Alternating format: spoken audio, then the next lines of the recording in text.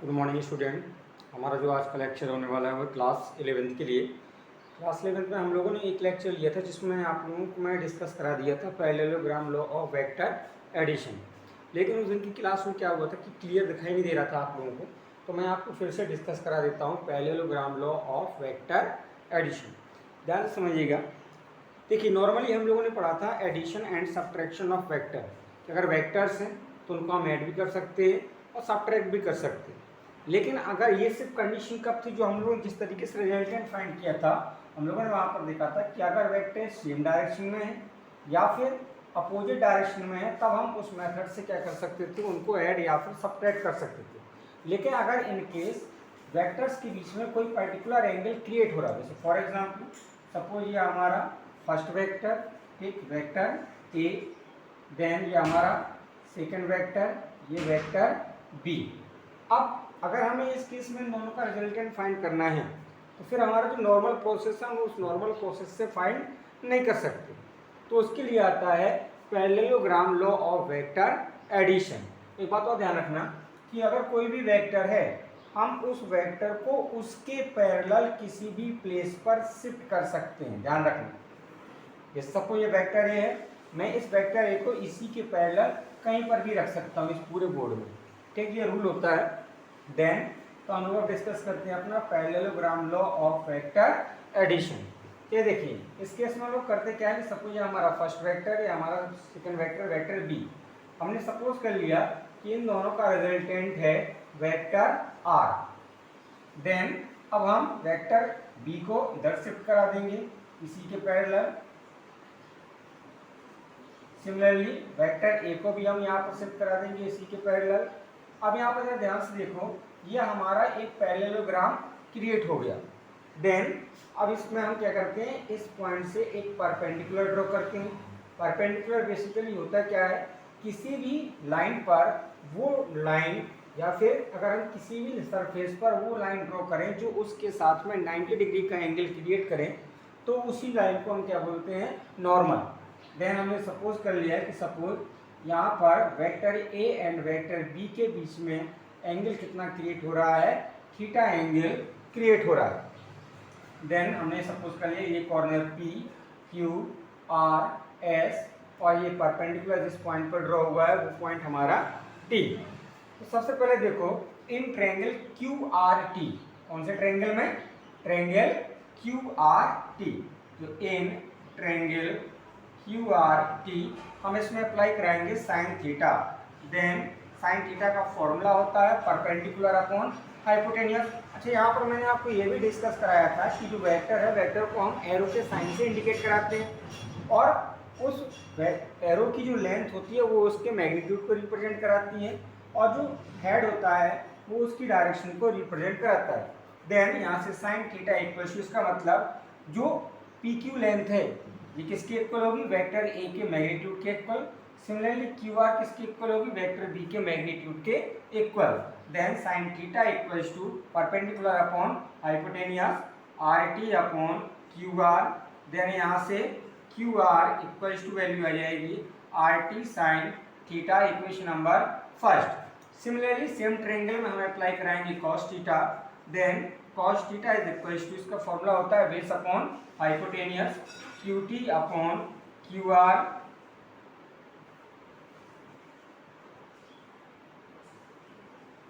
Q T upon Q R. Then यहाँ से Q T is equals to value आ जाएगी हमारी Q R cos theta, equation number second. Then अब इसके बाद हम लोग चलेंगे in triangle P R T.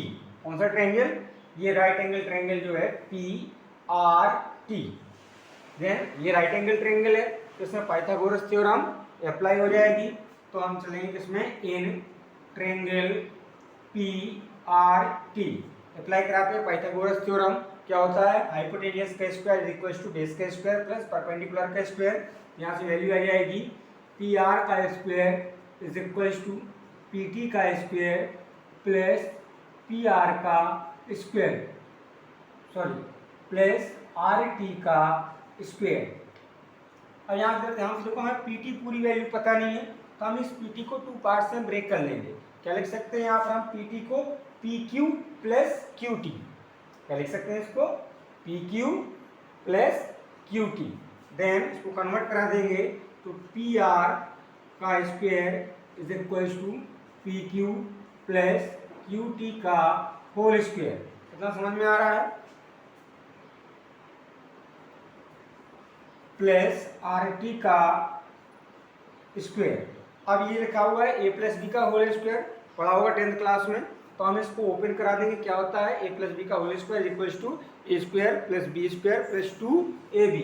तो यहाँ से भी इसको हम ओपन कराएंगे तो PR का square is equals to PQ का स्क्वायर प्लस QT का square plus 2PQ into QT plus RT का स्क्वायर। अब हमें किससे from equation first and second, हमें पता है RT की वैल्यू कितनी है QR साइन थीटा, QT की वैल्यू कितनी है QR कॉस थीटा। तो हम यहाँ से वैल्यू पुट करा देंगे, put value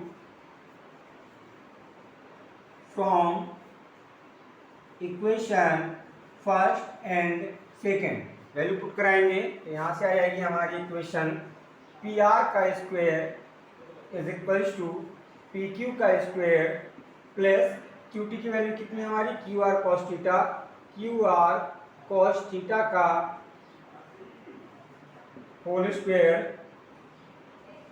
plus 2 into PQ into QT की वैल्यू फिर से वही पुट कराएंगे QR cos theta and RT की वैल्यू है हमारी QR sin थीटा। तो यहाँ से आ जाएगा QR sin थीटा का whole square.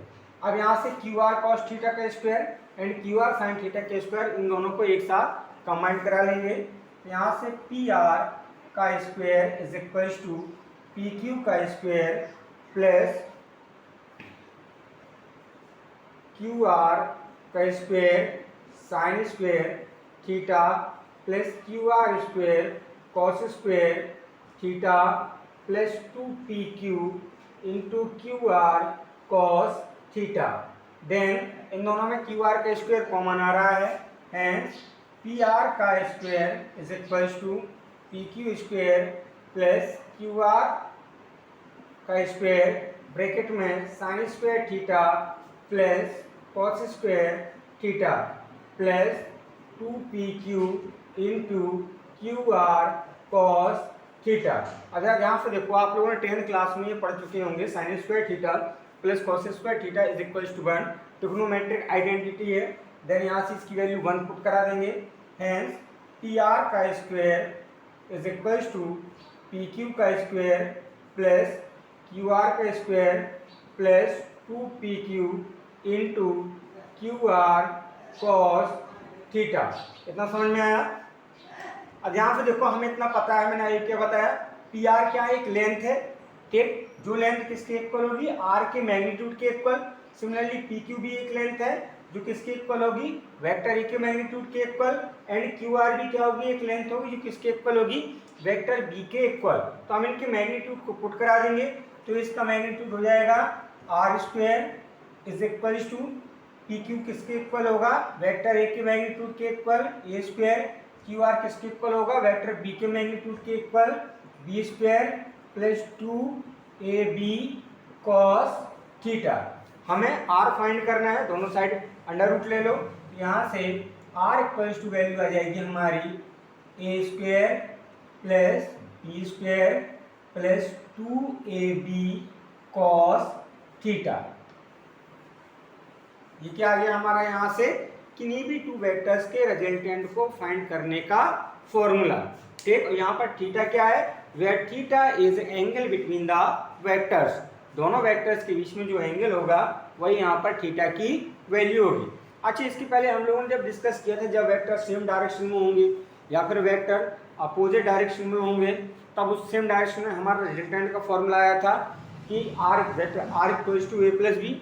Similarly opposite direction में आया था हमारा R equal to A minus B.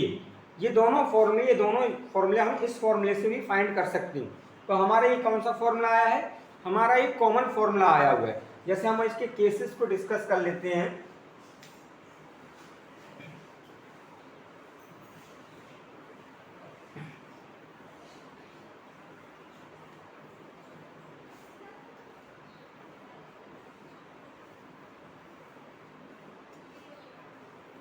चलिए इसका पहला केस है, case number first, if theta is equals to 0 degree.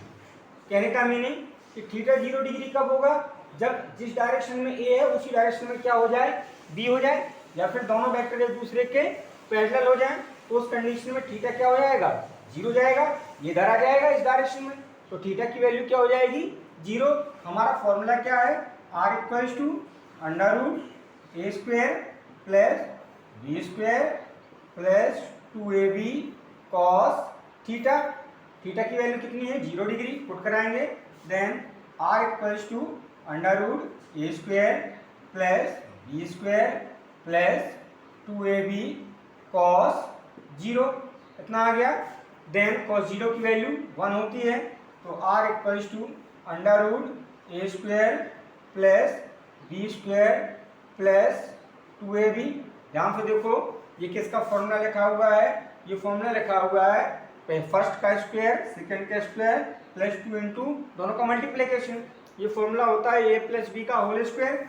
यहाँ से r equals to under root a plus B का होल स्क्वायर, स्क्वायर से अंडर रूट कैंसिल हो जाएगा, तो यहाँ से आर इक्वल्स टू आ जाएगा ए प्लस बी। यही हम लोगों ने फाइंड किया था, जब दो वेक्टर सेम डायरेक्शन में हो, कहने का मीनिंग दोनों के बीच में एंगल कितना हो, 0 डिग्री हो, तो उस कंडीशन में क्या आएगा हमारा, तो उस कंडीशन में हमारा रिजल्टेंट आ जाएगा r equals to a plus B.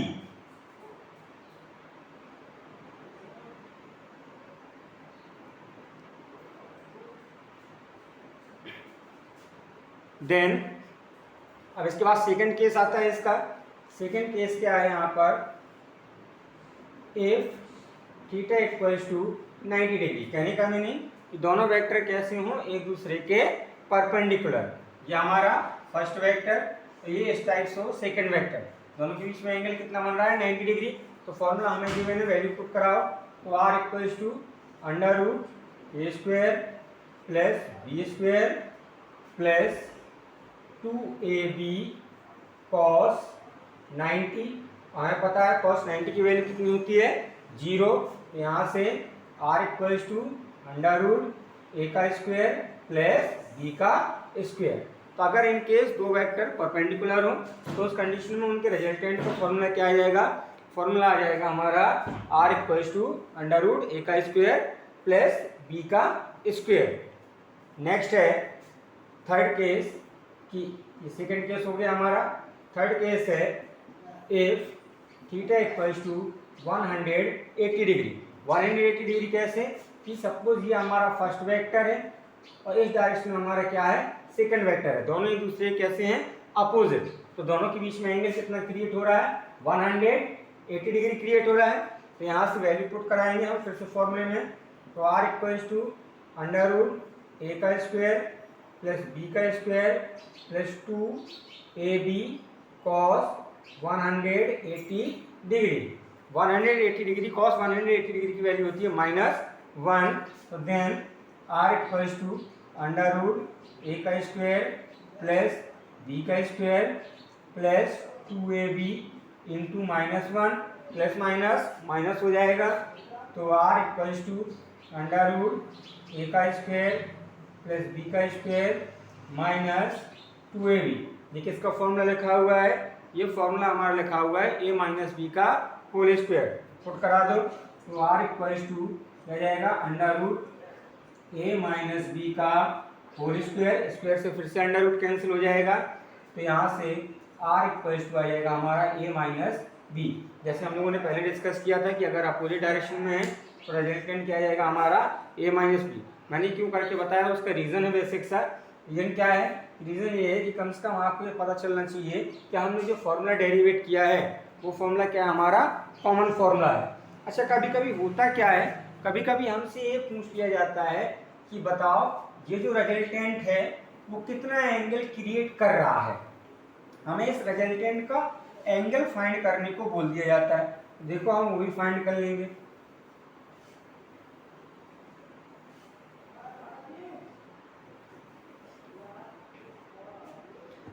हमने सपोज कर लिया यहाँ पर कि एंगल कितना है, एंगल है हमारा 5। जरा ध्यान से देखो, in triangle PRT, PRT triangle में देखो हम इसमें अप्लाई करा देंगे tan। tan का फॉर्मूला क्या होता है? tan इक्वल्स टू होता है परपेंडिकुलर अपॉन बेस। यहाँ से आ जाएगा हमारा क्या, tan phi equals to RT upon PT। ये वैल्यू आ जाएगी। PT को हम फिर से 2 पार्ट्स में ब्रेक कर देंगे। यहाँ से tan phi equals to RT upon PQ plus QT। Then RT and QT की वैल्यू हमें पता है, पुट करा देंगे।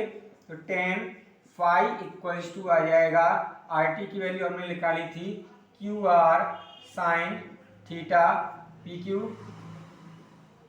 प्लस QT की वैल्यू आई थी हमारी QR कॉस थीटा। ये वैल्यू निकाली थी हम लोगों ने। अब इसके बाद पुट करा दो जो जिसको रिप्रेजेंट कराता है। तो tan phi equals to QR को कौन रिप्रेजेंट करा रहा है? वेक्टर B का मैग्नीट्यूड, तो B साइन थीटा, PQ को A plus B cos theta. Then यहाँ से फाई इक्वल्स टू हमारा कितना आ जाएगा? tan inverse B sine theta upon A plus B cos theta. यह आ जाएगा हमारा किसका एंगल? रिजल्टेंट जो एंगल फॉर्म कर रहा है वेक्टर्स के साथ में, किसी भी एक वेक्टर के साथ में, वो आ गया हमारा यहाँ से निकल के वो एंगल। इतना समझ में आ गया? चलिए अब इसके बाद हम थोड़ा सा टफ पोर्शन में चलते हैं। अभी तक तो हम नॉर्मल पढ़ते आ रहे थे, वेक्टर ए वेक्टर बी इस टाइप से। लेकिन अगर हमें कभी ये बोल दिया जाए कि वेक्टर्स को 3D में रिप्रेजेंट कैसे कराते हैं, समझिए ना, तो उसके पहले आपको पढ़ना पड़ेगा unit vector in the direction of x axis, in the direction of y axis and in the direction of Z axis. अगर हम एक्सिस की बात करें तो आपको पता होगा, सपोज कोई किसी भी कॉर्नर पर अगर आप देखो तो वहां पर 3 एक्सिस जाती हैं, ठीक, एक्स वाई जेड। तो अगर हम बात करें एक्सिस कितने टाइप की होती हैं, तो एक्सिस 3 टाइप की होती हैं, ठीक है। कौन कौन सी एक्सिस? इस टाइप से x axis, y axis, z axis. Actually में जो जेड एक्सिस है वो इस साइड, इस डायरेक्शन में नहीं है, वो जेड एक्सिस है इन दोनों के परपेंडिकुलर, समझ रहे हैं आप, ठीक है, बाहर की तरफ आते हुए। लेकिन ये 3D डायग्राम है, हम इसको बना रहे हैं 2D में, इसलिए इसको हमने इस टाइप से ड्रॉ किया है। लेकिन एक्चुअली में जेड एक्सिस कैसे है, जिस डायरेक्शन में ये मार्कर है उसी डायरेक्शन में हमारा क्या है, जेड एक्सिस है, ठीक है। तो कितने टाइप की एक्सिस होती हैं? 3 टाइप की एक्सिस होती हैं। पहली x axis, second y axis, third होती है जेड एक्सिस। अगर हम इन एक्सिस की डायरेक्शन में यूनिट वेक्टर की बात करें, यूनिट वेक्टर मैंने बताया था क्या होता है कि वो वेक्टर जिसका मैग्नीट्यूड कितना होता है, 1 होता है, उसी वेक्टर को हम क्या बोलते हैं, यूनिट वेक्टर, ठीक है। चलिए डिस्कस करते हैं। यहाँ per unit vector in the direction of x axis, ठीक, एक्स एक्सिस की डायरेक्शन में यूनिट वेक्टर जो होता है वो होता है आई कैप, ध्यान रखना है इसको। Similarly unit vector in the direction of y axis, y axis में जो यूनिट वेक्टर होता है वो होता है जे कैप, ठीक। Similarly unit vector in the direction of Z axis, z axis की डायरेक्शन में होता है यूनिट वेक्टर के कैप, ध्यान से रखना। क्या? Unit vector in the direction of x axis is I cap, similarly unit vector in the direction of Z axis K cap, sorry J cap, similarly unit vector in the direction of Z axis क्या होता है, के cap. अब हमें यहाँ पर सीखना है कि हम 3D में किसी भी वेक्टर को किस टाइप से रिप्रेजेंट कराते हैं। चलिए समझते हैं। जैसे कि फॉर एग्जाम्पल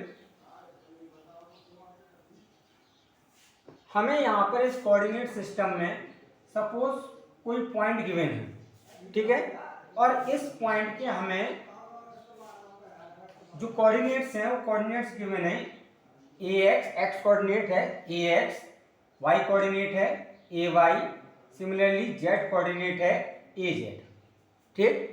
क्या है हमारे इस पॉइंट के कोऑर्डिनेट? एक्स कोऑर्डिनेट हमारा हो गया ए एक्स, वाई कोऑर्डिनेट हो गया हमारा ए वाई एंड जेड कोऑर्डिनेट हो गया हमारा ए जेड।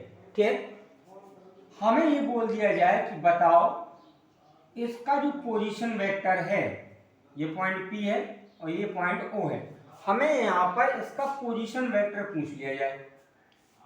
अब वो भी किस में, 3D में। हमें सिर्फ कोऑर्डिनेट गिवन है कि कोऑर्डिनेट क्या है, ax है, ay है, az है।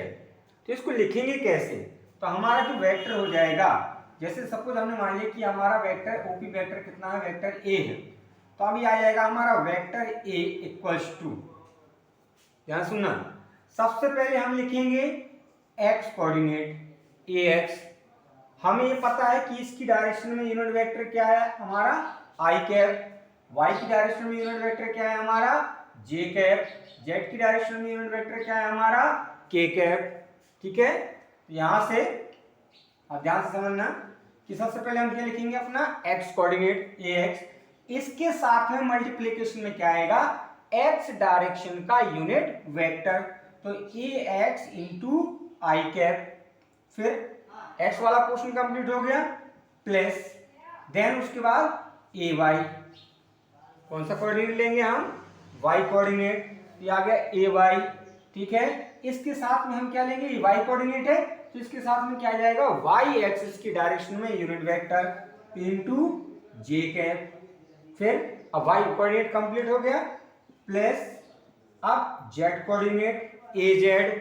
ठीक, इसकी डायरेक्शन में यूनिट वेक्टर क्या है k कैप, तो हम इसके साथ में क्या मल्टीप्लाई करा देंगे, k कैप। बहुत सिंपल सा है, फिर से समझ लीजिए कि अगर हमें सपोज 3D में किसी वेक्टर को लिखना है तो लिखने का तरीका क्या है हमारा, कि हमें कोऑर्डिनेट गिवन है, कोऑर्डिनेट हमारे क्या हो गए ax ay az। ठीक है, अब इसके बाद हम क्या करेंगे, यहाँ पर सबसे पहले हमने सपोज कर लिया कि वेक्टर हमारा वेक्टर a है।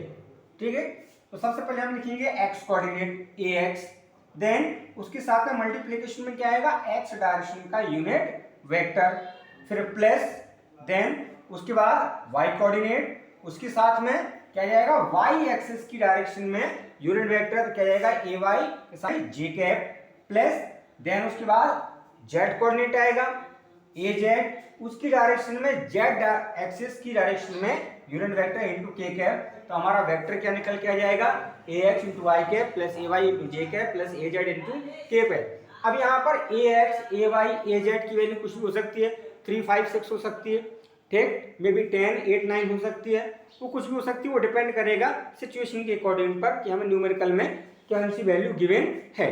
ठीक है ना, अब अगर हमें इसका मैग्नीट्यूड फाइंड करना, अभी तो हमने सिर्फ क्या निकाला, ये वेक्टर निकाला 3D में, अगर हमें इसका मैग्नीट्यूड फाइंड करना हो तो मैग्नीट्यूड हम कैसे फाइंड करेंगे, ठीक, मैग्नीट्यूड का साइन होता है हमारा ये मॉड। ठीक, तो mod of a is equals to, इसका फॉर्मूला होता है अंडर रूट x कोऑर्डिनेट या i का एक कोफिशिएंट हो गया तो इसका स्क्वायर प्लस ये j का कोऑर्डिनेट या y कोऑर्डिनेट क्या जाएगा, ay का स्क्वायर प्लस ये k का कोऑर्डिनेट क्या जाएगा, az का स्क्वायर।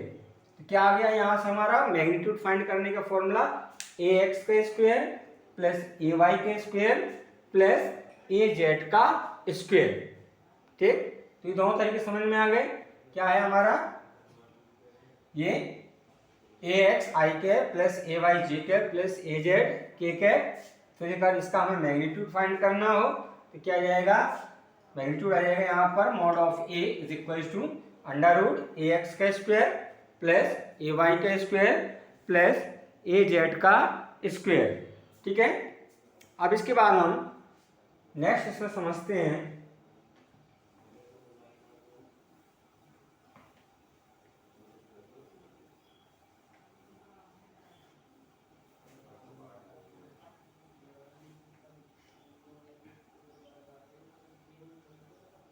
अच्छा यहाँ पर ये तो चीजें छूट गई थी, इसमें एक टर्म आता है पोजीशन वेक्टर। तो पोजीशन वेक्टर हम किसे बोलते हैं कि that vector which provide the position of any point are known as position vector. क्या बोला गया है, वो वेक्टर जो किसी पर्टिकुलर पॉइंट की पोजीशन को हमें शो कराए, इंडिकेट कराए, उस वेक्टर को हम बोलते हैं पोजीशन वेक्टर। से नेक्स्ट होता है कोलिनियर या coplanar vector. if the two or more than two vectors are lie in same plane, then those vectors are known as collinear vector। जैसे समझिए क्या बोला गया है, if two or more than two vectors are lie on the same plane, then those vectors are known as coplanar vector। कि अगर vector same plane पर लाई करते हो तो उन वेक्टर को हम क्या बोलते हैं, कोप्लेनर वेक्टर। नेक्स्ट आता है डिस्प्लेसमेंट वेक्टर। तो डिस्प्लेसमेंट वेक्टर क्या होता है, सपोज अगर हमें 2 पॉइंट्स गिवन है, ठीक है, ये हमारा इसका पोजीशन वेक्टर r1, इसका पोजीशन वेक्टर हमारा r2, तो इन दोनों का जो डिस्प्लेसमेंट शो कराएगा जो वेक्टर, उसी वेक्टर को ही हम क्या बोलेंगे, डिस्प्लेसमेंट वेक्टर। समझिए ना, ये छोटी छोटी चीजें हैं, माइनर माइनर सी, इसलिए मैंने आपको बता दी। अब हम आगे बढ़ते हैं।